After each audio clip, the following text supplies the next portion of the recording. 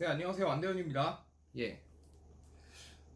요새 보니까 인구가 줄어들어가지고, 불경기가 온다느니, 부동산이 대폭락한다느니, 그런 위기감을 조장하는 그런 글들을 많이 보는데요.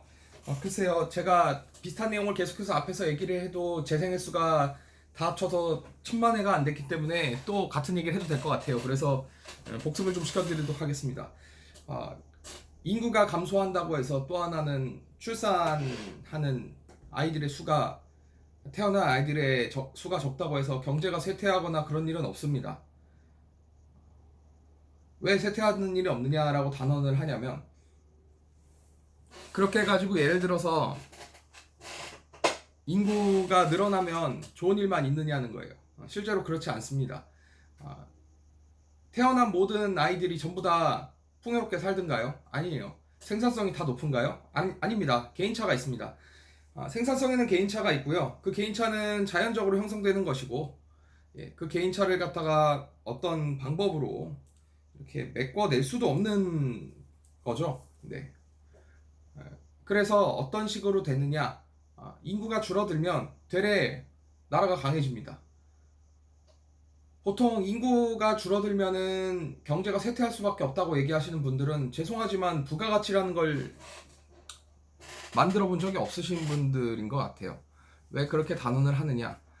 부가가치를 만들다 보면은 부가가치를 만드는 과정에서 실패를 통해서 결국에는 그냥 비용으로 끝나버리고 부가가치가 안 나오는 경우가 많거든요. 인구가 많아지면 부가가치를 만들려고 노력은 했지만 실제로 부가가치는 안 나오고 계속해서 실패만 양산되는 경우도 적지가 않습니다. 그렇기 때문에 인구가 많아봤자 성공할 확률보다 실패할 확률이 더 높아지는 시대에는 그다지 인구가 증가한다고 해서 소비가 늘고 소비가 느니까 경제가 활성화된다, 그런 거 천만의 말씀입니다. 또 하나는 기술이 좋아졌기 때문에 인구는 그다지 좌지우지하지 못합니다. 인구가 경제 규모를 결정하지 못한다고 말씀드릴 수 있는 이유는 지금 여러분 삶의 주변에 사람이 없이 돌아가는 게 얼마나 많은지 보세요. 사람이 없이 돌아가는 게 얼마나 많은지 보세요. 네, 일단은 주차장 거의 사람 없어도 되는 상태로 돼가고요. 일본은 벌써 10년 전, 20년 전부터 사람 없어도 그냥 돈을 안 내면은 밑에서 차 밑에 걸어버려갖고 차가 못 나가게 해버리면 되니까 사람 없어도 잘 돌아갑니다. 진짜 사람이 없는 건 아니지만 그 사람이 한 명의 주차장 관리자가 여러 주차장을 동시에 관리할 수 있습니다. 차 타고 돌아다니면서 주차장에 쓰레기가 많은지 이런 거 체크하긴 하는데, 그것도 굳이 다 그 주차장 업체에서 관리할 필요도 없습니다. 관리만 해주는 대행업체가 있고 청소만 해주는 대행업체가 있고요. 그리고 업소 앞에마다 있는 카페트, 이런 거 그 카페트만 관리하는 사람이 따로 있던가요? 있어요. 있어요. 그 카페트만 교체해주는 업자가 있기 때문에 굳이 사람을 고용하지 않아도 카페트 관리하는데 문제가 없고, 그래서 카페트 관리업자 한 사람이 수천 장, 수백 장의 카페트를 관리하고 다닙니다. 모아서 빨면 되거든. 모아서 세탁해서 다시 갈아놓기만 하면 되니까. 그런 것도 있고. 지금 여러분들 눈앞에 있지 않습니까? 무인 편의점 막 나오고 있죠. 맥도날드 같은 패스트푸드점 가면은 종업원 만나지 않아도 돈 내고 물건 결제하고, 물론 그 조작하는 게 어려운 사람은, 레지 조작하는 게 어려운 사람은, 주문하는 그 패널 조작하는 어려운 사람은 저기 가갖고 종업원한테 얘기하면 되지만, 네, 그래도 거의 70% 이상이 다 그러니까 중학교육 이상, 중고등학교 졸업한 사람이면 누구나 다 조작할 수 있는 거고, 배우면요 그렇게 돼가고 있고, 점점 사람 필요 없어집니다. 그러니까 인구가 많으면 경제가 부강해진다는 사고의 저변에는 뭐가 깔려 있냐면, 과거에 사람을 많이 투입을 해야만 산출이 나오던 시대를 기준으로 말씀을 하고 있는 거예요. 그런 분들은 어떤 전제냐면, 일단 가정이 있으면, 농업을 하는 가정이면 나가가지고 밭을 메고 논을 메고 논 갈고 밭 갈고 하시는 분들이 많아야 되는데, 소를 사오는 것보다 그냥 애를 많이 낳는 것이 득이 되는 시절이 있지 않았습니까? 다 사람 손으로 하던 시절. 그런 시절에는 영아 사망률도 높았고, 애가 태어나면은 죽을지도 모르고 호적에 올리면 귀신이 데려간다고 해갖고 7살, 9살 되도록 애를 출생신고를 안 하는 게 흔했잖아요. 그 옛날에는.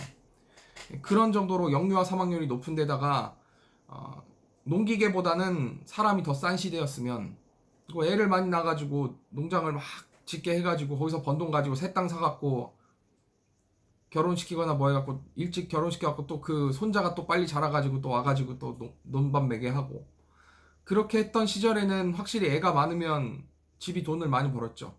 뭐 그러면 농업 아닌 비농업은 어떠냐? 비농업 같은 경우면 보통 자영업자 집안에서 애를 많이 낳았잖아요. 자영업자 집안에서 그래서 태어난 아이가 공부를 잘하면 공부 잘하게 해가지고 도시로 보내지만 공부 못하면 죄다 고향에 남아가지고 가게 했잖아요. 아니면은 그러다가 못 버티고 서울로 도망가갖고 거기서 또 가게 해갖고 가게 차려갖고 거기서 또 했잖아요. 근데 거기서 서울에서 차린 가게에서 또 아이를 많이 낳았고 많은 아이들이 자기가 만든 가게에서 일을 해서 싼 임금으로 일하고 가족이니까 뭐 최저임금 이런 거 없잖아. 가족이니까 도망가고 이런 거 없으니까 최저임금 이런 거 없고 그러니까 그렇게 해가지고 돈을 버는 걸 보고 자란 사람은 인구가 감소하면 소비가 줄어드니까 소비가 줄어들어서 경기가 쇠퇴한다라고 얘기를 하겠죠. 그런데 기술이 발전된 거는 절대 못 느낄 겁니다. 본인도 그런 선택을 하고 있다는 걸 모르고 있습니다. 과거에는 어떤 집에서 가전제품을 소비를 하는데 얼마나 돈을 많이 썼습니까? 기본적으로 세탁기가 있어야 되고 기본적으로 테레비가 있어야 되고 기본적으로 오디오가 있어야 되고 뭐가 있어야 되고 냉장고가 있어야 되고 이 중에서 아직까지 안 없어진 거는 냉장고 정도밖에 없는 것 같아요. 냉장고 정도는 3인 가족 이상이면 거의 다 있는 것 같고 심지어 냉장고도 없는 사람들이 나타나고 있습니다. 저 같은 경우에는 요코하마 집에는 냉장고가 없는데 있을 이유가 없어서 그래요. 왜냐면 필요하면 내려가서 바로 사면 돼요. 건물 바로 앞에 편의점이 3개나 있거든요. 도보권이 아니라 진짜로 30초 거리에 슈퍼마켓이 하나 있고 1분 거리에 대형 슈퍼마켓이 하나 있고 그리고 편의점이 패밀리마트만 반경 100m 내에 2개 있고 세븐일레븐이 2개 있어요. 그럼 저는 냉장고가 필요 없죠. 가가지고 제일 소포장으로 된 거 사다가 바로 해버리면 되니까. 전 냉장고가 필요 없네요. 그런 식으로 유통과 기술이 발달해서 집에 냉장고조차 필요 없어지고 있고 그리고 테레비하고 오디오 왜 동시에 삽니까? 요새 오디오를 왜 따로 삽니까? 그냥 조그마한 스피커 하나 사고 거기다가 스마트폰 도킹하면은 바로 그게 그냥 전축이잖아. 오디오를 왜 따로 삽니까?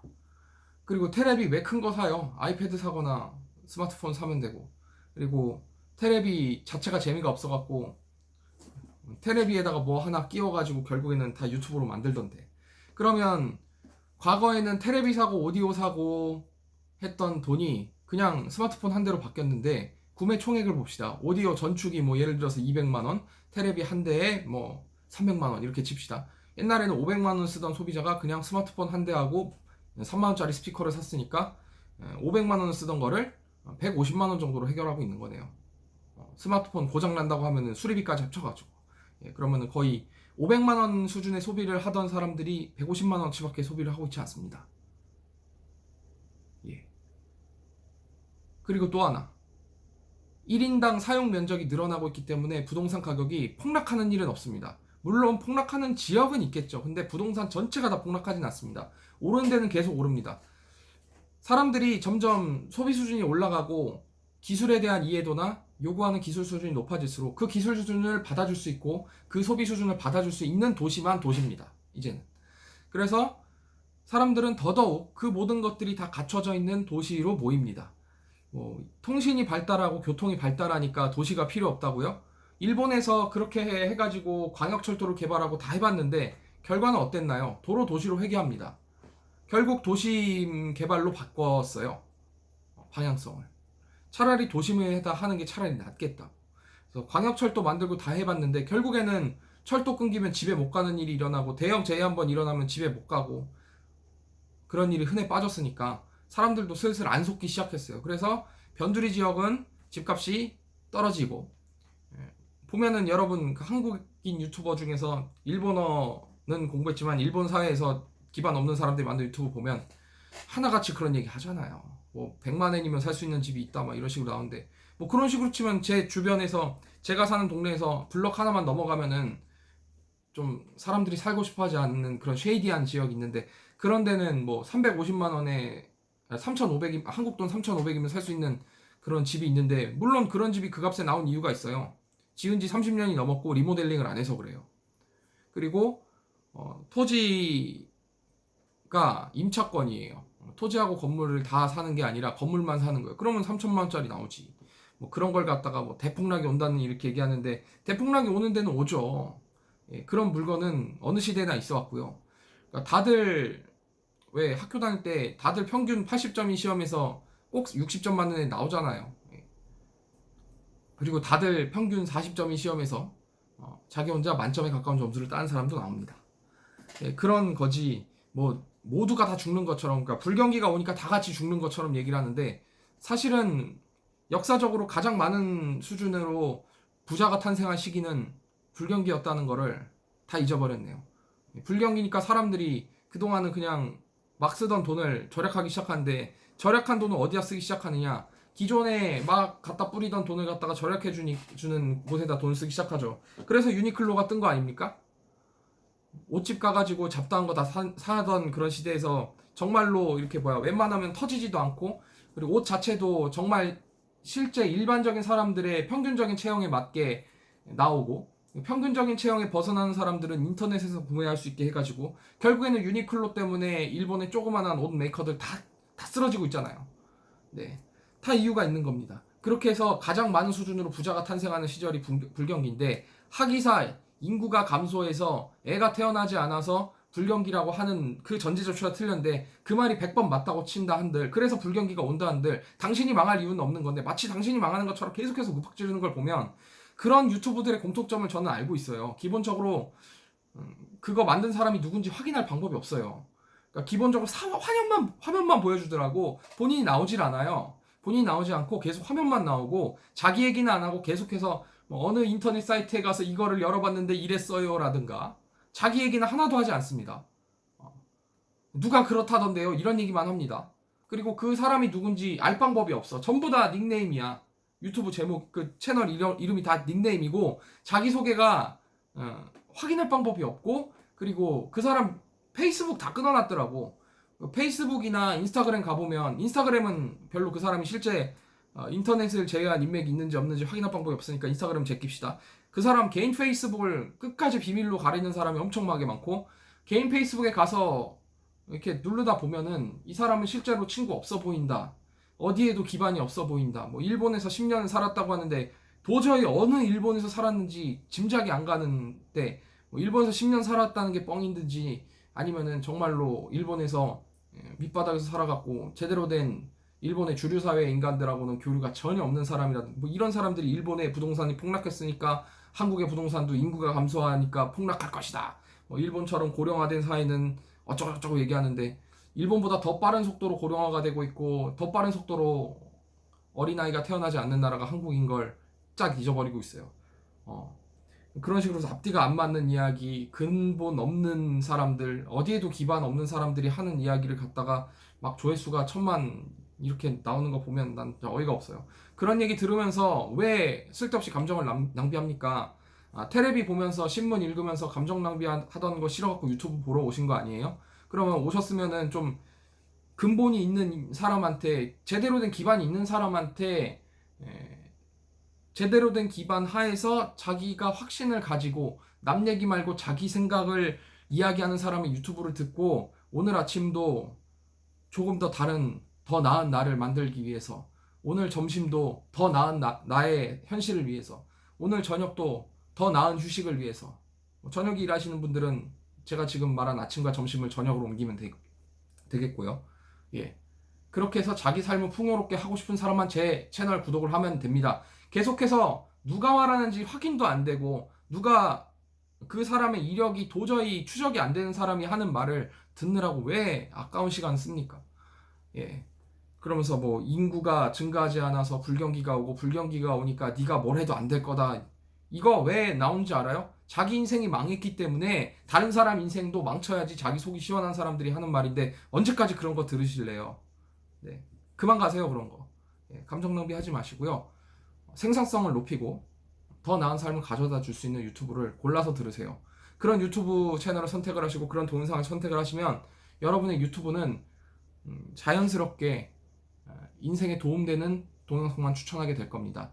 계속해서 비관적이면서 대책이 없는 것들, 위기의식을 가지는 건 좋은 건데 위기의식이 있고 그런 비관적인 전망이 있는데 그 뒤에 어떠한 행동도 취할 방법이 없거나 하는 그런 일단 부정적인 마음만 가지게 하는 그런 동영상에 잡스러운 시간 쓰지 마십시오. 아무런 인생에 도움이 안 됩니다. 예. 여러분의 승리를 기원하는 안대훈의 유튜브를 구독하시고 알람 설정을 모든 알람 수신으로 바꿔두시면 얘기는 다릅니다. 그리고 제 메인 채널은 일본 구독자가 많아갖고 일본어로 하고 있는데 이 성인학습 채널은 서브 채널이거든요. 양쪽 다 구독하세요. 그러면은 성인학습 채널은 한국어로 나오기 때문에 여러분들이 특별히 일본어를 못하시는 분들이어도 이야기를 다 듣는데 지장이 없습니다. 예, 안대훈입니다.